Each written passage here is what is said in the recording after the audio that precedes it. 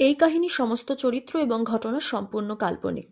বাস্তবে জীবিত বা মৃত কোনো ব্যক্তি অথবা কোনো ঘটনার সাথে এর মিল থাকলে তা সম্পূর্ণ অনিচ্ছাকৃত এবং কাকতালীয়। ব্যবহৃত অপ্রাকৃত এবং অলৌকিক ঘটনাক্রম পরিবেশনার উপক্রম মাত্র। কুসংস্কারে বিশ্বাস করবেন না, কুসংস্কার ছড়াবেন না। নমস্কার, আপনারা শুনছেন 221B হ্যারিসন রোড, বাংলার ভূত, বাংলার ভয়, উল্টোপাল্টা গল্প নয়। আজ আপনারা শুনবেন দেবশ্রী ভট্টাচার্যর লেখা একটা গ্রাম বাংলার ভূতের গল্প, খালপোতা গ্রামের অভিশাপ। গল্পের বিভিন্ন চরিত্রে রয়েছে প্রদীপ্তা, বর্ণালী, মধুপর্ণা, সুমিতেন্দ্র, আর গল্প পাঠে রয়েছি আমি প্রত্যয়। তাহলে দেরি না করে শুরু করছি আজকের গল্প।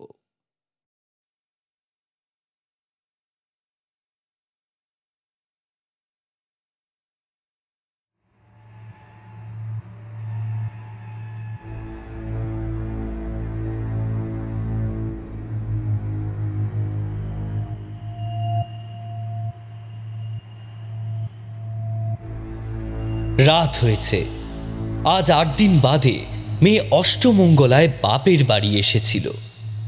তাই সুন্দর করে প্রদীপ জেলে সাজানো হয়েছিল গোটা বাড়িটা। এখন সেই প্রদীপের আলোগুলো একটা একটা করে নিভতে শুরু করেছে।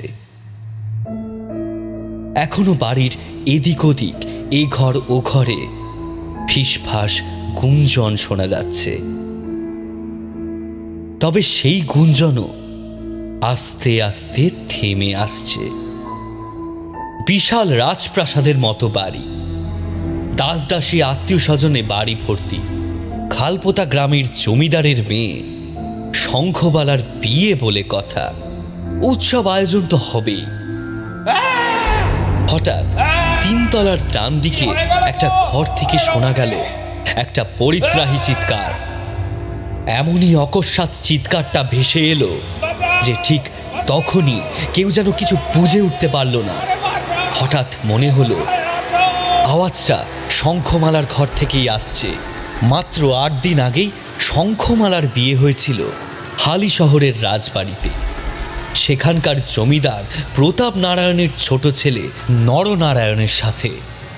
তখন ওই ডান দিকের ঘর থেকে যে চিৎকারটা ভেসে আসছিল সেটা ওই নরনারায়ণের। হঠাৎ রাতের বেলায় জামাই এভাবে চিৎকার করছে কেন?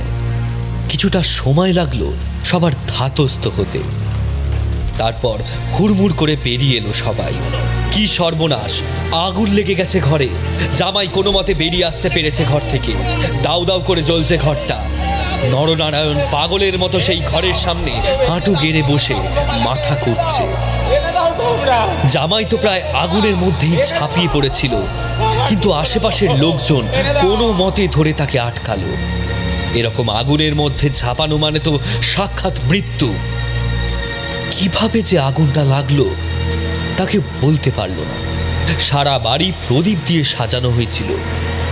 সেখান থেকেই হয়তো কোনো স্ফুলিঙ্গ ছিটকে এসে পড়েছিল। বিয়ের 8 দিনের মাথায় অষ্টমঙ্গলায় এসে চলে গেল মেয়েটা, তাও এত নিদারুণ ভাবে। এ দুঃখ তো সহ্য করা যায় না, তবুও তো সহ্য করতে হবে। বুকে পাথর চাপা দিয়ে হলেও সহ্য করতে হবে।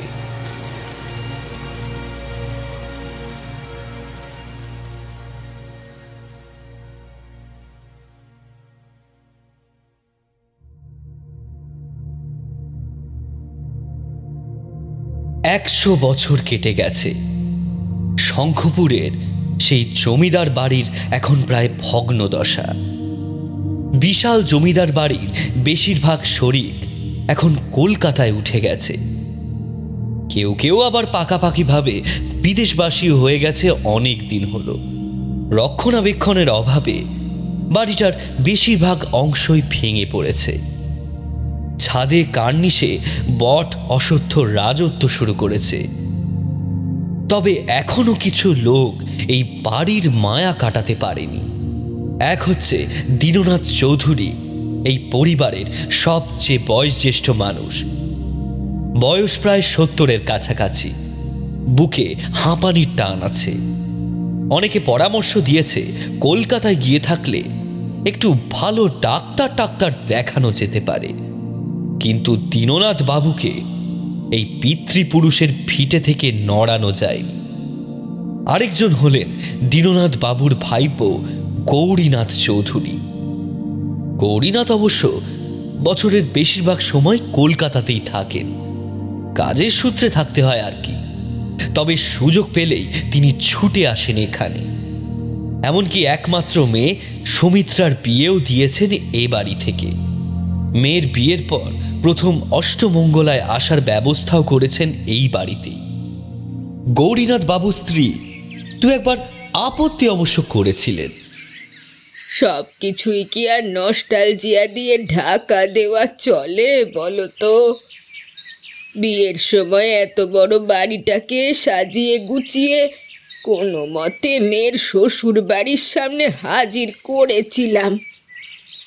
বিয়ের আনন্দে তো অতটা খেয়াল করিনি, কিন্তু তাই বলে অষ্টমঙ্গলায় প্রথম আমার মেয়ে জামাইটা আসবে। জামাইটা কি ভাববে বলো তো?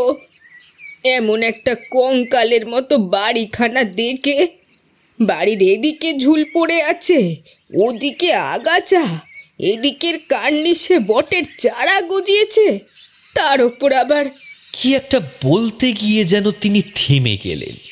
তবে কার্যত দেখা গেল এ বাড়ি নিয়ে জামাই সঞ্জীবের উৎসাহ মারাত্মক। আসার পর থেকে সারা বাড়ির এদিক ওদিক পিছনের পুকুর সর্বত্র ঘুরে বেড়াচ্ছে। কত রকম প্ল্যান প্রোগ্রাম তার নিজে থেকেই। বিয়ের 8 দিনের মাথায় বাড়ির সব দায়িত্ব নিজের কাঁধে নিয়ে নিয়েছে। নিচের বড় হলে একটা ফাংশন করব, কলকাতা থেকে একটা বড় ব্যান্ড আনবো, আর ওই বাইরের মাঠে ওখানে একটা বই মেলার আয়োজন করা যেতে পারে। গ্রামে তো অনেক ছোট ছোট বাচ্চা আছে দেখলাম, বই মেলা হলে ওদের ভীষণ ভালো লাগবে। আর ওই পেছনে পুকুরে মাছ চাষ করব, মাঝে মাঝে বন্ধু বান্ধব এনে মাছ ধরার কম্পিটিশন করা যাবে, বেশ হবে। সব ঠিক আছে জামাই, আমরা বড় মানুষ আর কদিন আছি, আর বাকিরা তো কেউই আসে না, খোঁজ খবরও তেমন রাখে না। তোমাকেই তো সব দায়িত্ব নিতে হবে। তবে ওই আর কি, এ বাড়ির একটাই দোষ, 3 তলার ডান দিকের ঘরখানা দেখো, বহুদিন ধরে ঘরটা তালা বন্ধ হয়ে পড়ে আছে। 100 বছর আগে এ বাড়ির যিনি গুরুদেব ছিলেন, তিনি ওই ঘরে মন্ত্রপুত তাবিজ কবজ দিয়ে বেঁধে দিয়েছিলেন। আজও ঠিক সেই একইভাবে আছে সব কিছু। এ বাড়ির তুমি যেখানে খুশি যেও, যা ইচ্ছে করো, বন্ধু বান্ধব নিয়ে এসে গান বাজনা করো, মজা করো, ফুর্তি করো, তোমার যা মনে হয় তুমি করো। তবে ওই ঘরটায় কোনোদিন যেও না। আমার সারা জীবন কেটে গেল ওই ঘরটা অমনি বন্ধ দেখতে দেখতে। তুমিও একইভাবে কাটিয়ে দিও। দীননাথ বাবুর কথায় সঞ্জীব খানিকটা অবাক হয়ে গেল। কেন দাদু, ওপরের 3 তলার ঘরে কি আছে? বুড়ো বয়সে কথা বলার লোক সহজে মেলে না।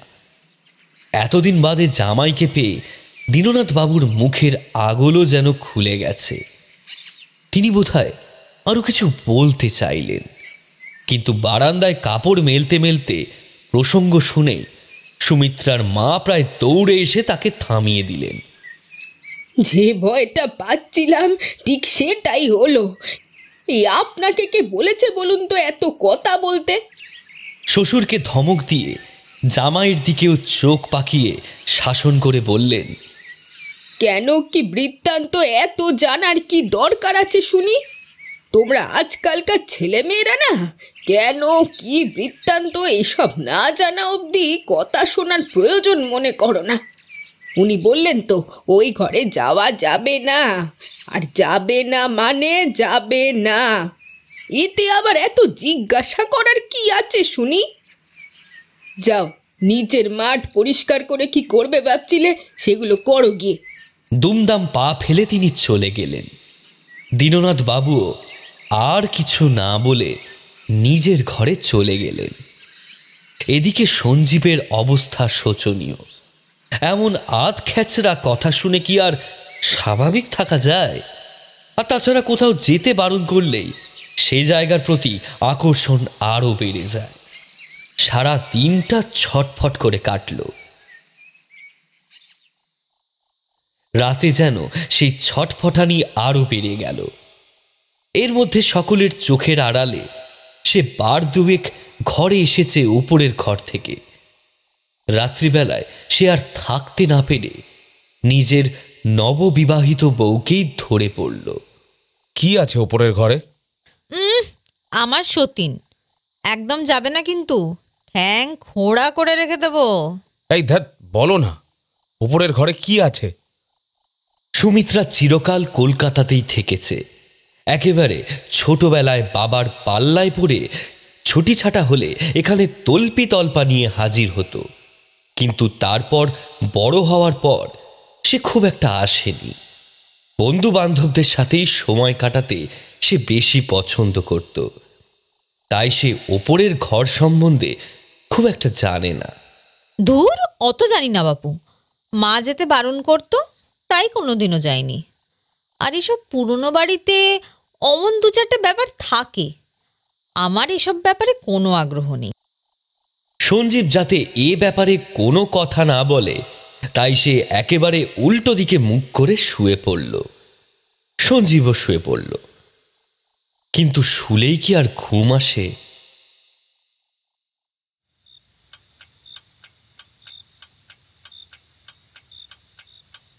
রাত তখন বেশ গভীর। এতক্ষণ ধরে শুয়ে আছে সঞ্জীব, কিছুতেই তার ঘুম আসছে না। আর থাকতে পারল না সে। ওদিকে সুমিত্রা অকাতরে ঘুমোচ্ছে। আস্তে আস্তে নিজের বিছানা ছেড়ে উঠে পড়ল সঞ্জীব। আলতো করে দরজা খুলে সে বেরিয়ে এলো খোলা বারান্দায়। কোনো আলো জ্বলছে না। বাইরেও আকাশটা একটা হালকা মেঘের চাদরে ঢাকা। তবুও একটা হালকা মেটে আলো ছড়িয়ে আছে চারিদিকে। এই আলোতেই বেশ দেখা যায়। তবে মোবাইলটাও সাথে আছে, দরকার হলে টর্চ চালানো যাবে। পাশেই ওপরে যাওয়ার সিঁড়ি। সঞ্জীব চলে গেল ওপরে। একেবারে ডান দিকে কোনায় ওই ঘরটা। দরজার রং পাল্টে গেছে। দরজার পুরো ফ্রেমটা জুড়ে একটা মোটা ধুলোর আস্তরণ।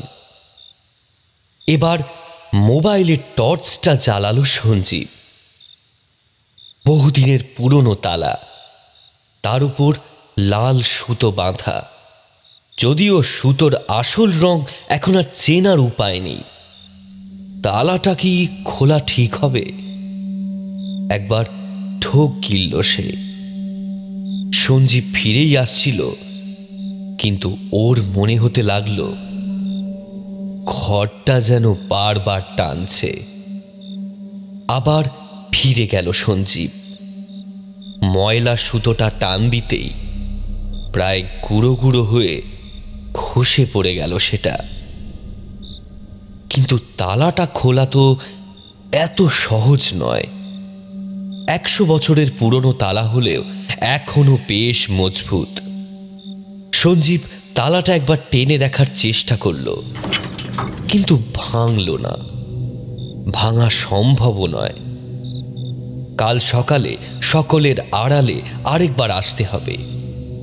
একবার মোটা পাথর মেরে দেখতে হবে তালাটা ভাঙে কিনা। সঞ্জীব চলে আসছিল, কিন্তু হঠাৎ মনে হলো কে যেন দরজাটা ভেতর থেকে ঠেলছে। মনে হচ্ছে কেউ যেন আটকে আছে ঘরে, সেই ধাক্কা দিয়ে ভেঙে ফেলার চেষ্টা করছে দরজাটাকে। কেউ কি অন্ধ আছে নাকি দরজার ওপারে? না না, তা কি করে হতে পারে? 100 বছর আগে কে বন্ধ থাকবে? দরজাটার অবস্থা দেখেই তো বোঝা যায় বহুকাল এই দরজা খোলা হয়নি। তবে কি ইঁদুর টিঁদুর নাকি? না না, অসম্ভব, ইঁদুরের এত শক্তি নেই। ভেতর থেকে কেউ যেন গায়ের জোরে দরজাটাকে ঠেলছে। এত মজবুত শক্ত তালা, তবুও সেটা যেন এই ভয়ঙ্কর আক্রমণের ভার সামলাতে যেন হিমশিম খাচ্ছে। এবার বেশ ভয় পেয়ে গেল সঞ্জীব। মোবাইলটা পকেটে পুরে দৌড়ে সিঁড়ির দিকে চলে এলো, কিন্তু ততক্ষণে দেরি হয়ে গেছে। খটাং করে আওয়াজটা হলো। একরাশ কালো ধোঁয়া যেন দৌড়ে এসে ঢুকে গেল সঞ্জীবের শরীরে। দৌড়তে দৌড়তে সামনের দিকে ঝুঁকে পড়ে হুমড়ি খেয়ে পড়ে গেল সঞ্জীব।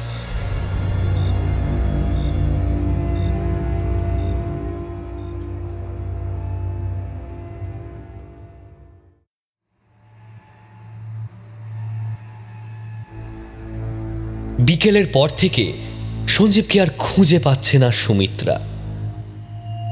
এখানে আসার পর থেকে লোকটা সেই সকাল থেকে উঠে সারা অঞ্চলটা দাপিয়ে বেড়াতো, কিন্তু আজ যে কি হলো, ঘুম থেকে আর উঠতেই চাইছিল না সঞ্জীব। সুমিত্রা দুবার ডেকে আর বেশি বিরক্ত করতে চায়নি। কে জানে, হয়তো শরীর খারাপ। দুপুরে খাওয়া দাওয়াও কিছু করেনি। সুমিত্রার মা অনেক সাধ্য সাধনা করে একটু ভাত আর মাছের ঝোল খাওয়াতে পেরেছিল ওকে। তারপর আবার ঘরে এসে সঞ্জীব শুয়ে পড়েছিল, কিন্তু বিকেলের পরেই আর তাকে দেখতে পাচ্ছিল না সুমিত্রা। সারা বাড়ির পিছনের পুকুর, মাঠ সব ঘুরে এসেও তাকে খুঁজে পেল না। কে জানে কোথায় চলে গেছে।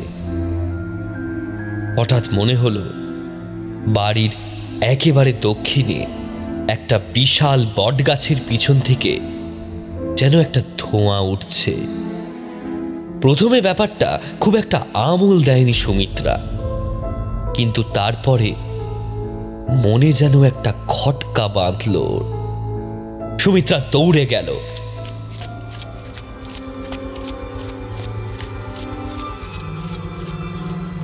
সে এক অদ্ভুত দৃশ্য। চারিদিকের শুকনো পাতা, লতা জড়ো করে আগুন জ্বালিয়েছে সঞ্জীব, আর সেই ধিকি ধিকি চলতে থাকা আগুনের মধ্যে নিজের ডান পাটা ঢুকিয়ে দিয়ে বসে আছে। শরীরে এতটুকু বিকার নেই। পায়ের চামড়া টকটকে লাল হতে হতে কালো হয়ে যাচ্ছে। আতঙ্কে চিৎকার করে উঠল সুমিত্রা। কি করছো? আরে কি করছো তুমি সঞ্জীব? আরে কি করছো? সুমিত্রা গায়ের জোরে টেনে আনলো তাকে আগুনের কাছ থেকে। তবু যেন সঞ্জীবের কোনো হুঁশ নেই। সে ফ্যাল ফ্যাল করে তাকিয়ে আছে সুমিত্রার দিকে, যেন এর আগে কখনোই দেখেনি তাকে। সুমিত্রা অবাক হয়ে বলল, আরে আরে কি করছো এটা? এবার কেমন যেন অদ্ভুতভাবে হেসে উঠল সঞ্জীব। কেন? বেশ তো লাগছে, কি আরাম লাগছে। ভয়ে সুমিত্রার হাত পা ঠান্ডা হয়ে গেল। সঞ্জীবের গলার স্বরটাও কেমন যেন বদলে গেছে। মনে হচ্ছে যেন অনেক দূর থেকে ভেসে আসছে গলার স্বরটা। সুমিত্রা তাকে টেনে দাঁড় করিয়ে দিল, কিন্তু কি করে দাঁড়াবে সঞ্জীব? তার পায়ের পাতাটা তো বাজেভাবে পুড়ে গেছে। দাঁড়াতে গিয়েই সঞ্জীব পড়ে গেল। সুমিত্রা অনেক কষ্ট করে তাকে টেনে নিয়ে এলো বাড়িতে। সঞ্জীব ইতিমধ্যে অনেকটা স্থিত হয়েছে। বাড়ির কেউই তখন ঠিক সামনে ছিল না। মা বোধহয় বেগুন পোড়া করছিলেন। রাতে রুটির সাথে বেগুন পোড়া বেশ স্বাদ লাগে। সুমিত্রা যখন সঞ্জীবকে প্রায় কাঁধে করে নিয়ে আসছিল, তখন ঠিক দরজার সামনে আসতেই নাকে একটা পোড়া গন্ধ এলো। সুমিত্রার উপরে নিজের শরীরটা পুরো ভারটা দিয়ে আস্তে আস্তে আসছিল সঞ্জীব, কিন্তু নাকে ওই পোড়া গন্ধটা আসা মাত্রই যেন সম্পূর্ণ বদলে গেল সে। হঠাৎ যেন আনন্দে লাফিয়ে উঠল। পুড়ছে পুড়ছে পুড়ছে পুড়ছে। সুমিত্রার হাত ছাড়িয়ে ছুটে গেল সঞ্জীব। দোতলার রান্নাঘরে তখন রুটি সেকার চালের উপর বেগুনটা রাখা ছিল। একদিকটা পুড়ে একদম কালো হয়ে গেছে। শাশুড়িকে সম্পূর্ণ অগ্রাহ্য করে সঞ্জীব ঝাঁপিয়ে পড়ে বেগুনটা তুলে ছুঁড়ে ফেলে দিয়ে গনগনে আগুনের উনুনের মধ্যে দুটো হাত ঢুকিয়ে দিল। পুড়ছে পুড়ছে পুড়ছে, কি মজা, পুড়ছে, যা যা যা, সব পুড়ে যা। সুমিত্রা আর ওর মা দুজনে চিৎকার করে উঠল। সুমিত্রার মা ভয়ে দৌড়ে ডেকে নিয়ে এলেন গৌরীনাথ এবং দীননাথ বাবুকে। ততক্ষণে পরিস্থিতি আরো খারাপ হয়ে গেছে। সঞ্জীবের দু হাত জ্বলছে দাউ দাউ করে। সেই দু হাত বাড়িয়ে সে আস্তে আস্তে এগিয়ে আসছে সুমিত্রার দিকে। এসো এসো, একবার এগিয়ে এসে দেখো কি মজা, দেখো একবার পুড়ে দেখো, একদম পুড়ে মরে যেতে কি ভালো লাগে দেখো। এসো এসো, পুড়বে পুড়বে। সঞ্জীব একটু একটু করে এগোচ্ছে আর সুমিত্রা পিছিয়ে যাচ্ছে। দরজার পাশে একটা কুঁজোতে জল রাখা ছিল। দীননাথ বাবু লাফিয়ে পড়ে সেই জলটা সম্পূর্ণ উপুর করে ঢেলে দিল সঞ্জীবের গায়ে। আগুনটা নিভে গেল। সঞ্জীবও কেমন যেন ভ্যাবা চাকা খেয়ে ফ্যাল ফ্যাল করে তাকিয়ে রইল সবার দিকে, ঠিক যেভাবে ওই বট গাছের সামনে সে তাকিয়েছিল সুমিত্রার দিকে। কয়েক সেকেন্ড মাত্র, তারপরেই ব্যথায় অজ্ঞান হয়ে পড়ে গেল। সেদিকে তাকিয়ে দীননাথ বাবু গৌরীনাথ বাবুকে বললেন, সর্বনাশ হয়ে গেছে, জামাইকে নিয়ে ওর বিছানায় শুইয়ে দাও। মনে হচ্ছে যে ভয়টা পাচ্ছিলাম সেটাই হয়েছে। কাল আমার ওভাবে উপরের ঘরের কথাটা বলা ঠিক হয়নি।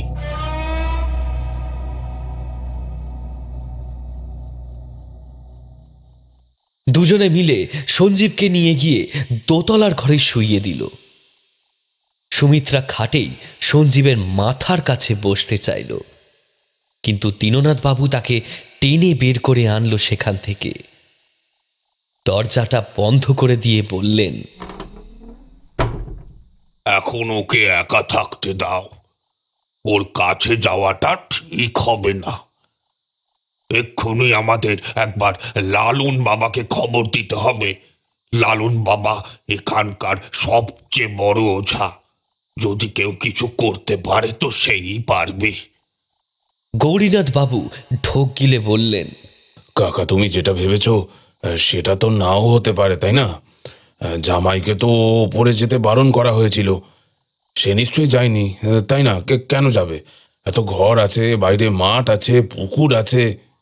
দীননাথ বাবু গম্ভীর হয়ে বললেন, আচ্ছা চল একবার দেখে আসি, তাহলেই জানা যাবে। দরজাটা বাইরে থেকে বন্ধ করে দিয়ে সবাই এলো সেই 3 তলার ঘরে। ঘরটা বন্ধ, তালাটাও আটকানো। গৌরীনাথ বাবু হাঁপ ছেড়ে বললেন, এই তো তালা বন্ধ, তা সব ঠিকই আছে, জামাই আসতেই পারে না এখানে। কিচ্ছু ঠিক নেই। হ্যাঁ ঠিক আছে, তালাটা শুধু বন্ধ আছে। সেই লাল সুতোর বাঁধনটা কি যেন ছিঁড়ে দিয়েছে। সুমিত্রা এতক্ষণ ধরে চুপ করেছিল, এখন আর নিজেকে সামলাতে পারল না। সে এগিয়ে এসে বলল, কি হয়েছে বলো তো দাদু? ছোট থেকে শুনে আসছি এই ঘর সম্বন্ধে, এখানে আসা বারণ, আসিও তো নি কোনোদিনও, জানতেও চাইনি, কিন্তু আজ যে ভীষণ জানতে ইচ্ছে করছে।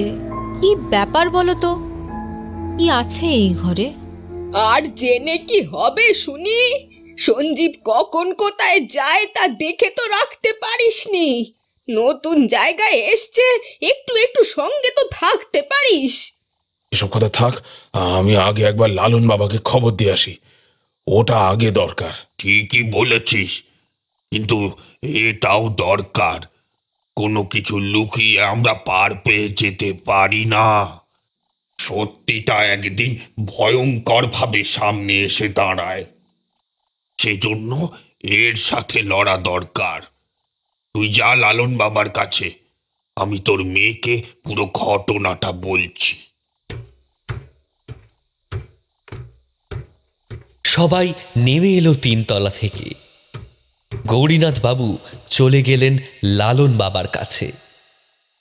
দীননাথ বাবু সেকেলে আরাম কেদারায় গা এলি দিয়ে বলতে শুরু করলেন খালপোতা গ্রামের এই জমিদার বাড়ির এক আশ্চর্য অভিশাপ।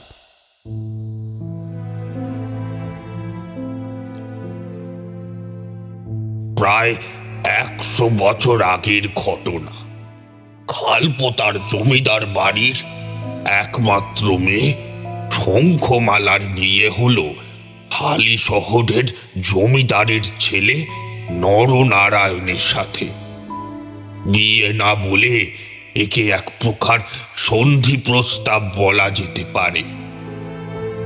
হালি শহরের পাশে একটা জমি নিয়ে দুই পরিবারের অনেক কালের লড়াই চলছিল। শেষে হালি শহর থেকেই প্রস্তাব এসেছিল শঙ্খমালার সাথে নরনারায়ণের বিয়ে দিলে দুই পরিবারের মধ্যে ঝামেলা মিটিয়ে নেওয়া যাবে। আমাদের পূর্বপুরুষ হরিহরনাথ এই প্রস্তাবে রাজি হয়ে যান। শঙ্খমালার অনুমতি নেওয়ারও প্রয়োজন মনে করে না। এদিকে শঙ্খমালা অনেকদিন ধরেই আমাদের এক লাঠিয়ালের ছেলে গৌরকে গোপনে ভালোবাসত। দুজনের মধ্যে ছিল অপার প্রেম।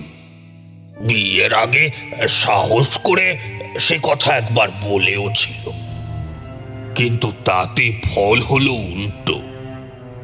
গৌরকে 4 মাথার মোড়ে খুঁটির সাথে বেঁধে বেধড়ক মারা হলো। শঙ্খমালা বিয়েতে রাজি না হলে হয়তো গৌরের পুরো পরিবারটাকেই জ্বালিয়ে পুড়িয়ে মারা হতো। নিজের প্রেমিককে বাঁচাতেই বিয়েতে রাজি হয়ে গেল শঙ্খমালা। এরপর আর কি, বিয়ে করে কাঁদতে কাঁদতে সে শ্বশুর বাড়ি চলে গেল। 8 দিন বাদে অষ্টমঙ্গলায় আবার সে নিজের বরের সাথে এলো এই শঙ্খপুরে। ওদিকে সেদিনই জমিদার হরিহরনাথ গৌর ও তার পরিবারকে আদেশ দিয়েছেন চিরকালের জন্য এই শঙ্খপুর ছেড়ে চলে যেতে হবে। বেচারা গৌর এই শঙ্খপুর ছেড়ে যাওয়ার আগে একটা চিঠি ছুঁড়ে দিয়েছিল ওই 3 তলার বারান্দায়। এভাবেই তাদের এক সময় চিঠি চালাচালি হতো। কি যে লেখা ছিল জানা নেই, তবে এটা ঠিক যে চিঠিটা হাতে পড়ল শঙ্খমালার স্বামী নরনারায়ণের হাতে। তার স্ত্রী অন্য কাউকে ভালোবাসত, এটা জানতে পেরেই রক্ত গরম হয়ে উঠল তার। সে রাত্রেই সে বালিশ চাপা দিয়ে খুন করল শঙ্খমালাকে। তারপর ওই ঘরে আগুন লাগিয়ে দিয়ে এটাই প্রমাণ করতে চাইল যে দুর্ঘটনায় মৃত্যু হয়েছে শঙ্খমালার। তার সব কিছু তার ফন্দি মোতাবেক গেলেও 2 দিন বাদে হালি শহরে ফেরার পথে নরনারায়ণের পালকিতে হঠাৎই আগুন লেগে গেল। সারা গায়ে আগুন নিয়ে নরনারায়ণ পাগলের মতো দৌড়ে বেড়াচ্ছিল। কার যেন একটা হাসির আওয়াজ শোনা গিয়েছিল। তখনই শঙ্খমালার গলা শোনা যায়। আমি ভালোবেসেছিলাম গৌরকে, তার সাথে আমার বিয়ে দিলে না? বিয়ে দিলে ওই শয়তানটার সাথে, যে ঘুমন্ত স্ত্রীর মুখে বালিশ চাপা দিয়ে তাকে মেরে ফেলে। ওই শয়তানটা বেঁচে থাকলে আবার একটা মেয়েকে বিয়ে করে মেরে ফেলবে। তাই আমি ওকে শেষ করলাম। ভবিষ্যতে এ বাড়িতে কোনো নতুন জামাই যদি অষ্টমঙ্গলায় আসে আর সে যদি আমার চোখে পড়ে, তবে তাকেও আমি এইভাবেই জ্বালিয়ে পুড়িয়ে মারবো। তারপর থেকেই 3 তলার এই ঘর বন্ধ থাকে। আমাদের কুলপুরোহিত একটা মন্ত্রপুত লাল সুতো বেঁধে দিয়েছিল ওই তালায়। তাতে নাকি শঙ্খমালার আত্মা ওই ঘরেই বন্দি থাকবে। সেদিনও শঙ্খমালা নাকি হুমকি দিয়েছিল, আমাকে যতই বন্দি করে রাখিস না কেন, এক না একদিন আমি ঠিক বেরিয়ে আসবই। দীননাথ বাবুর কথা শেষ হয়েছে কি হয়নি, নিচে দোতলা থেকে সঞ্জীবের চিৎকার শোনা গেল। চিৎকারটা এতই করুণ যে সুমিত্রা থাকতে পারল না। তার বুকটা যেন মুচড়ে উঠল। সবকিছু ফেলে সে এক দৌড়ে নিচে নেমে এলো। সঞ্জীবের ঘরের দরজাটা বন্ধ ছিল, কিন্তু দুটো বড় জানালা দিয়ে ঘরের ভেতরটা বেশ ভালোই দেখা যায়। সেখান থেকেই সুমিত্রা দেখতে পেল সঞ্জীবের শরীরটা হাওয়ায় ভাসছে, আর একটা কালো পুড়ে যাওয়া মূর্তি খাটের পাশে দাঁড়িয়ে হাসছে। সঞ্জীব যন্ত্রণায় চিৎকার করছে, আর সে যত চিৎকার করছে সেই কালো ছায়া মূর্তি তত হাসছে। তোমার কি হচ্ছে? কি হচ্ছে দাদু ভাই? ওপর থেকে দীননাথ বাবু, সুমিত্রার মাও চলে এসে মেয়েকে শান্ত করার চেষ্টা করতে লাগলেন। এসে গেছে লালন বাবা, এসে গেছে। আর চিন্তা নেই। গৌরীনাথ বাবু এক ওঝাকে এনে হাজির করেছেন। সকলেরই চিন্তিত মুখ। লালন বাবা জানালা দিয়ে ওই দৃশ্য দেখেই তার ঝোলা থেকে কি এক মন্ত্রপুত ধুলো এনে ছুঁড়ে দিল কালো মূর্তির ওপরে। দেখে মনে হলো না সেই কালো মূর্তির কিছু হলো বলে। চিৎকার করে হাসতে হাসতে সেই অশরীরই সেই ধুলোই ছুঁড়ে মারল লালন বাবার দিকে। লোকটা ছিটকে পড়লো গিয়ে প্রায় 10 হাত দূরে। সারা গায়ে ফোসকা পড়ে গেছে তার, মাটিতে পড়ে ছটফট করছেন তিনি। ওদিকে সঞ্জীবের অবস্থা আরও করুণ হয়ে গেছে। সে বিছানা থেকে 2-3 ফুট উপরে ভাসছে, আর বিছানাটায় আগুন ধরে গেছে। সেই আগুনে এক একবার স্পর্শ করছে সঞ্জীবকে, আর সে চিৎকার করে উঠছে যন্ত্রণায়। সঞ্জীব যত চিৎকার করছে তত হাসছে সেই অশরীরী। সুমিত্রা এবার জানালার কড়া ধরে ঝাঁকিয়ে চিৎকার করে উঠল, ছেড়ে দাও, তোমার পায়ে পড়ি, সঞ্জীবকে তুমি ছেড়ে দাও। ততক্ষণে সেই ধোঁয়া ধোঁয়া অন্ধকার মূর্তি যেন এক বিকৃত দগ্ধ নারী মূর্তিতে জমে উঠেছে। শঙ্খমালা যেন এতক্ষণে তাকালো সুমিত্রার দিকে। নতুন নতুন সিঁদুর পরে সুমিত্রার মুখটা যেন সূর্যমুখী ফুলের মতো লাগছিল। নিজের 100 বছর আগের রূপের সাথে বোধহয় খানিকটা মিল খুঁজে পেল সে। এক মুহূর্তের জন্য সে থমকে গেল। তারপর বিছানার সেই আগুন যেন আরো বেড়ে গেল। শঙ্খমালা চিৎকার করে বলল, ছাড়বো না, আমি ছাড়বো না। আমার প্রতিজ্ঞা আমি রাখবই। এই বাড়িতে কোনো নতুন জামাই অষ্টমঙ্গলায় রাত কাটাতে এলে আমি তাকে পুড়িয়ে শেষ করে দেব, ঠিক যেভাবে আমাকে পুড়িয়ে মারা হয়েছিল। শঙ্খমালা, একবার আমার দিকে তুমি তাকাও, একবার তাকাও। তুমিও তো গৌরকে ভালোবেসেছিলে, বলো, তুমিও তো ভালোবেসেছিলে। গৌরের নামটা শোনা মাত্র শঙ্খমালার হাসি থেমে গেল। কেমন যেন উদাস হয়ে তাকিয়ে রইল সঞ্জীবের দিকে। ওরা ওরা গৌরের সাথে আমার বিয়ে দিল না, ওদিকে একটা শয়তানের সাথে বিয়ে দিল নিজেদের স্বার্থ সিদ্ধি করবে বলে।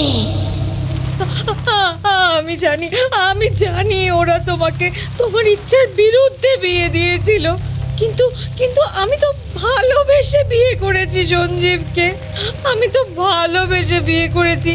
আমার ভালোবাসাকে তুমি কেড়ে নেবে শঙ্খমালা? তুমিও কি ভালোবাসার মর্ম বুঝতে পারবে না?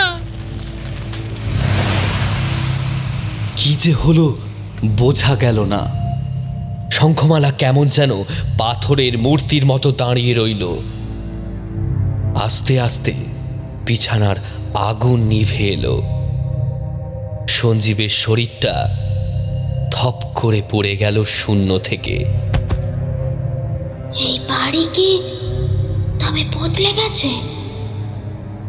ওরা ওরা তোর ভালোবাসার মানুষের সাথে তোর বিয়ে দিয়েছে, তোর সাথে কোনো জোর করেনি? এখন দিনকাল অনেক বদলে গেছে। এখন মানুষ ভালোবাসার মর্যাদা কিছুটা হলেও দিতে শিখেছে। একটা দমকা হাওয়া বেরিয়ে গেল জানালা দিয়ে।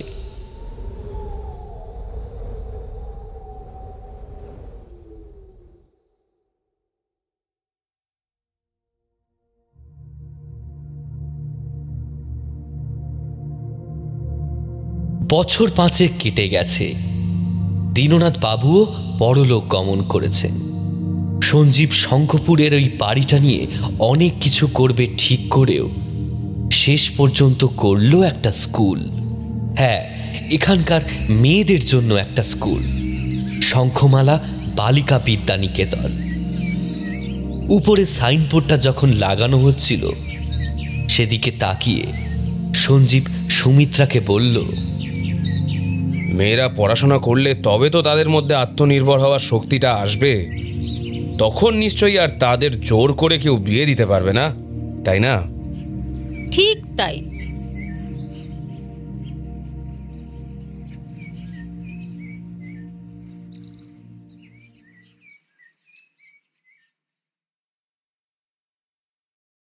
শেষ হলো আজকের গল্প। দেবশ্রী ভট্টাচার্যর লেখা একটা গ্রাম বাংলার ভূতের গল্প, খালপোতা গ্রামের অভিশাপ। শঙ্খমালার ভূমিকায় প্রদীপ্তা, সুমিত্রার ভূমিকায় মধুপর্ণা, সুমিত্রার মায়ের ভূমিকায় বর্ণালী, গৌরীনাথ বাবু সঞ্জীব আর নরনারায়ণের ভূমিকায় সুমিতেন্দ্র, দীননাথ বাবু আর গল্প পাঠে রয়েছি আমি প্রত্যয়। তাহলে শুরু করছি আজকের আড্ডা সুমির সাথে। Hello and welcome back to another adda session of 221 B Harrison road. বাংলার ভূত, বাংলার বয়, উল্টোপাল্টা গল্প নয়। আমি সুমিতেন্দ্র আর আমার সাথে রয়েছে প্রত্যয়। গল্পটা কেমন লাগলো সবাই প্লিজ কমেন্ট করে জানাও। তোমরা কেমনভাবে শুনছো, কে কোথা থেকে শুনছো, চলো দেখি সবাই কি কমেন্ট করেছে। শ্রীশান পাজা বলছে, দাদা আমরা পুনে শহর থেকে শুনছি কাজ করতে করতে, তোমাদের গল্পগুলো শুনতে খুব ভালো লাগে। খুব ভালো লাগলো শুনে যে আমাদের গল্পগুলো তোমরা এনজয় করছো। অ্যাকচুয়ালি আমাদের গল্পগুলো এরকমভাবেই বানানো হয় যে কাজ করতে করতে মানে অনেকক্ষণ ধরে একটা কাজ কন্টিনিউয়াসলি করতে করতে সাইডে আমাদের গল্পটা চালিয়ে রাখা যায়, তাতে ডিস্টারবেন্সও হয় না, কাজটাও হয়, তো ভালো লাগে, আবার গল্পটাও শোনা হয়। অ্যাকচুয়ালি মাল্টিটাস্কারদের জন্য তৈরি না, মানে একেবারেই নয়, জাস্ট ইয়ার্কি মারছি। তবে যারা একা একা বসে আছে, একটু টাইম স্পেন্ড করছে নিজের সাথে, একটু অফ টাইমে বা ঘুমাতে যাওয়ার সময়, বা অনেকজন মিলে একসাথে একই রকমের লোক যারা গল্প শুনতে ভালোবাসে, তারা আমাদের গল্পগুলো জেনারেলি খুব এনজয় করে। আর thank you so much everyone for that. Rohit Roy বলছে, কিন্তু দাদা মদনপুর তো নদিয়া জেলায়। অ্যাকচুয়ালি অনেক গ্রাম অনেক জায়গায় রিপিটেড নাম হয়, ঠিক আছে। যেরকম সেদিনকেই আমি দেখছিলাম শ্রীরামপুর তো আমরা সবাই চিনি, যে আমাদের হুগলি নদীর ধারে বিখ্যাত শ্রীরামপুর, এই আমাদের উত্তরপাড়া, হিনমোটর, শ্রীরামপুর, এই শ্রীরামপুর মেইন যে শ্রীরামপুরটা। এছাড়াও সেদিনকে আমি বিষ্ণুপুর থেকে ফেরার সময় দেখলাম একটা গ্রামের নাম শ্রীরামপুর।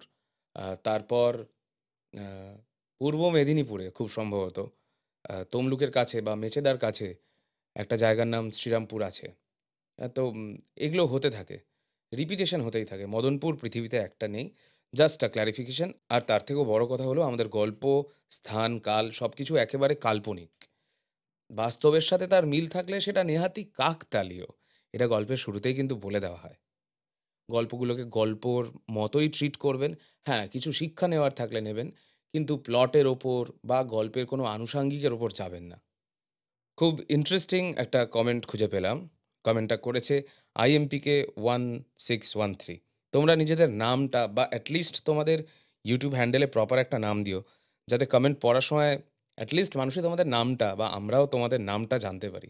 তাহলে কমিউনিকেট করতে সুবিধা হয় না? মনে হচ্ছে একটা রোবটের সাথে কথা বলছি। বাট এনিওয়েজ কমেন্টটা খুব সুন্দর, সেটা আগে পড়ি। দাদা, আমি একজন ইউটিউবার/ক্রিয়েটর। আপনাদের গল্পগুলো খুব ভালো লাগে। সবথেকে ভালো লাগে গ্রামের মানুষের কথোপকথন। এই কথোপকথনটা আর একটু বেশি করে রাখলে ভালো হয়। আর ব্যাকগ্রাউন্ড হিসেবে গরুর গাড়ির শব্দ, গাড়োয়ানের শব্দ, বাচ্চা ছেলেমেয়েরা খেলছে তার শব্দ। ব্যাকগ্রাউন্ডে এই সাউন্ডগুলো ব্যবহার করলে খুব ভালো লাগে। পারফেক্ট সাজেশন দিয়েছো আমাদেরকে এই সাউন্ডের ব্যাপারে তো স্পেশালি। এবং আমি ওই যে বললাম রিসেন্টলি বিষ্ণুপুর ঘুরতে গেছিলাম। তা সেখানে জয়পুর জঙ্গল নাম তো সবাই শুনেছো। তার কাছে একটা মন্দির আছে যেটা রিলেটিভলি লেস ওয়েল নোন। মন্দিরটার নাম বোধহয় গোকুলচাঁদ মন্দির। তা একেবারে ছিমছাম। আর সেটা হচ্ছে আমাদের ওয়েস্ট বেঙ্গলে one of the largest stone built structures. কেউ গেলে দেখো, খুব ভালো লাগবে, স্পেশালি যাদের আহ, একদমই লোকজন নেই, জাস্ট আমরা দুজন ছিলাম এবং ASIর দুজন কর্মচারী ছিলেন, তাদের সাথে একটু কথাবার্তা বললাম। আর মন্দিরের ঠিক বাইরে কয়েকটা মাটির বাড়ি, নিকোনো উঠোন, গাছপালায় ঢাকা, এরকম একটা সেটিংয়ের জায়গা ছিল। পাশে গোয়ালে গরু। আর সেই শীতকালের মিষ্টি রোদ মাখা উঠোনে ৩-৪ জন মহিলা বসে আছেন, দুজন পান বাটছেন, দুজন ঢেকি চালাচ্ছিলেন, ঢেকিতে চাল গুঁড়ো করছিলেন। তো আমার জিনিসটা দেখে খুব ভালো লাগলো। আমি গেলাম, গিয়ে ওনাদের সাথে কথা বললাম, ওনারা চা খাওয়ালেন। তারপর ওনাদের সাথে আরও কথাবার্তা বললাম যে ব্যাপারটা আমরা, মানে আমি বললাম যে এই জিনিসটা আমি আজ থেকে নয় করে 10 বছর আগে, এই নয় করে 20 বছর আগে নিজের চোখে লাস্ট দেখেছি এই ঢেকির ব্যাপারটা। তো ওনাদের ফটোগুলো তুললাম, ওনাদের পারমিশন নিয়ে অবভিয়াসলি। তা খুব ভালো লাগলো টোটাল এনভায়রনমেন্টটা। আর আমি যতক্ষণ ওখানে ছিলাম আমি সাউন্ডটা রেকর্ড করে এনেছি, ওই অ্যাম্বিয়েন্সটা রেকর্ড করে এনেছি এবং এত সুন্দর, এত অর্গ্যানিক লাগছে ব্যাপারটা, মানে কি বলবো, ট্রুলি অ্যামেজিং। আর এই এনভায়রনমেন্টটাই মানুষকে একদম রিফ্রেশ করে দেয়। ওনারা বলছিলেন যে আপনাদের ওখানে ঢেকিতে চালা হয় না? আমি বললাম, না, আমাদের ওখানে মানে ঢেকি ব্যাপারটাই এখন কাউকে বললে চিনতে পারবে না, মানে অনেককেই বললেই চিনতে পারবে না। তো এই সব জিনিসগুলো খুব এনজয় করছিলাম। তো সেই সাউন্ডগুলো আস্তে আস্তে কালেক্ট করছি এবং আমার পার্সোনাল টার্গেট আছে এই বছরটা ওয়েস্ট বেঙ্গলের গ্রামগুলোকে সুন্দর করে ঘোরার, যাতে আমাদের কাজটা যেহেতু গ্রাম বাংলা রিলেটেড, তো তাই এবার যাতে সেই কাজটার মধ্যে আরও ডেপথ আসে, আমরা দুজন মিলে তারপরে ওটাকে ইনকর্পোরেট করব। তো এই টার্গেটটা আছে। And thank you for the suggestion. Take love. Payel Pradhan বলছেন, নিজের জন্মভূমি যেখানে সেই জেলা নিয়ে শুনতে খুব ভালো লাগে। গল্প শুনতে শুনতে কল্পনার জগতে হারিয়ে যাই। মনে হয় আমি নিজেই এই গল্পের মধ্যে একজন হয়ে রয়েছি। এই কমেন্টটা করেছেন উনি বর্ধমানের এক ভৌতিক ঘটনা এই গল্পটাতে। আহ, তার মানে গল্পটা বর্ধমান রিলেটেড। তো বর্ধমান এমনিতেই একটা খুব ফেমাস এরিয়া। আমি রিসেন্টলি একটা বই পড়ছিলাম, সেখানেও বর্ধমানের বেশ স্ট্রং মেনশন ছিল। কিন্তু নিজে খুব কমই গেছি, ওই যতবার আর কি ট্রেনে পাস করতে হয় তার বেশি খুব একটা নয়, মানে যাতায়াতের পথে যতবার পড়েছে, ঘোরাও হয়নি খুব একটা। তো খুব ইচ্ছে রয়েছে আমাদের আর কি জায়গাটা গিয়ে ঘোরার, এবং খুব তাড়াতাড়ি হয়তো যাবো। সৌম্য মণ্ডল 8514 বলছে, দাদা প্লিজ বলো তোমাদের চ্যানেলের নাম এই রকম রাখার মানে কি? নামটা কোত্থেকে পেলেন? Please please please. এই গল্পটা অনেকবারই বলেছি, তো আজকে একটু শর্টে বলে দিচ্ছি যে চ্যানেলটা পুরো বাই অ্যাক্সিডেন্ট, মানে বাই ফ্লুক স্টার্ট করেছিলাম আমি আর প্রত্যয়। তা গঙ্গার ঘাটে বসে প্রথমে ভেবেছিলাম সব রকমেরই গল্প করব, কিন্তু আস্তে আস্তে যা হয়, তবে প্রথমে কয়েকটা ক্লাসিক গল্প, কিছু ভূতের গল্প, তারপরে ডিটেকটিভ, তারপরে অ্যাডভেঞ্চার, সাইফাই করতে করতে আবার গ্রাম বাংলা, এবং এখন আমরা মোটামুটি এই জনরটা নিয়েই কাজ করতে চাইছি। তা নামটা দেওয়া হয়েছিল সবার আগে যে আমাদের বাংলা লিটারেচারে যেটুকু এক্সপোজার তখন, সেই সময় 2019-এর কথা বলছি, তখন খুব ফেমাস দুটো ক্যারেক্টার হচ্ছে ব্যোমকেশ বক্সী আর শার্লক হোমস। তো তাদের দুজনের অ্যাড্রেস নিয়ে এই নামটা তৈরি। 221B হচ্ছে শার্লক হোমসের বেকার স্ট্রিটের বাড়ির অ্যাড্রেস, আর ব্যোমকেশ বক্সীর মেস ছিল হ্যারিসন রোডে, যেটা বর্তমানে আমাদের উত্তর কলকাতার এমজি রোড। তাহলে মোটামুটি আজকের মতো এখানেই শেষ করছি। দেখা হচ্ছে খুব তাড়াতাড়ি পরের গল্পে। We are back with full force. এখন পর গল্প আসবে। So don't worry, stay tuned and keep listening to 221B, Harrison road. বাংলার ভূত, বাংলার ভয়, উল্টো পাল্টা গল্প নয়।